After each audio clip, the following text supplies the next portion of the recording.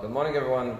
They say once in West Point, in a U.S. military school, the instructor asked the students, what would happen if China were to attack the United States? So one of the students said, China has 1.5 billion people. There's no way we could win a war against China.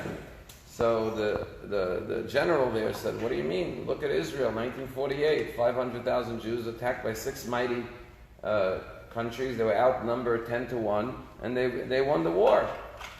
So the student said to the general, but General, how many Israeli soldiers do we have in the U.S. Army? They say that in West Point they don't teach the 67 war, even though they usually analyze wars. They don't teach the 67 war. Why? Because they can't figure it out. There's no rational explanation how the Israelis won the war in 6 days. So they don't have any way of teaching it.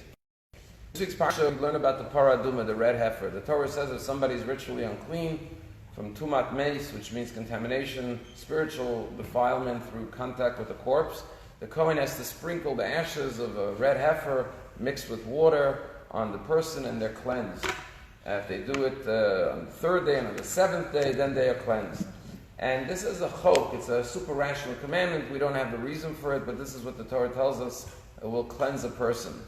So there's an interesting discussion in the Talmud. The Talmud says, how does this work? Does it have to be one Kohen sprinkling on one Jew who is Tameh? Or can the Kohen sprinkle on a group of Jews who are Tameh? Does it have to be one-on-one, or could it be one Kohen sprinkling on 10 Jews or 100 Jews or even 1,000 Jews at one time that are all Tameh? So the great sage Rabbi Yeshua in the Talmud says, I always thought it had to be one Kohen on one person who was unclean, until I learned in the storehouse of Yavna that even one on many can cleanse. One Kohen can cleanse many people who are defiled. And the question is, what does it mean that I learned it in the treasure chest of Yavna? What does that mean? Why did he get the answer there? And in order to understand this, you have to know the history of Yavna. When the temple was about to be destroyed, the Talmud says Rabbi Yochanan ben Zakkai met with Vespasian, and he asked him one request. He said, spare the city of Yavna. And it turns out that what saved Judaism? That little city with the rabbis and the students learning Torah. And so Rabbi Yeshua says, I always thought that the ratio for good and evil has to be proportionate in order for good to overwhelm and overpower evil.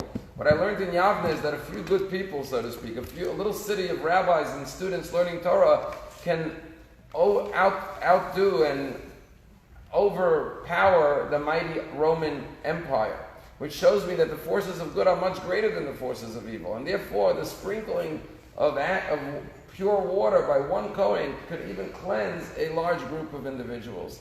And the same thing is true within ourselves. What Judaism teaches us is that you may say, I have so many negative vices and shortcomings and traits. How can I overcome them? And the answer is, one neshama, one powerful soul, can perform all the negative traits of a person. Why? Because evil is really superficial. It's not true. It's not real. It has no substance to it. And therefore it may look like it's powerful, but really it's a hollow, empty shell. As opposed to light and goodness and righteousness, which is truth. It's connected to God. And therefore a little bit of light, as King Solomon says, can dispel a great deal of darkness.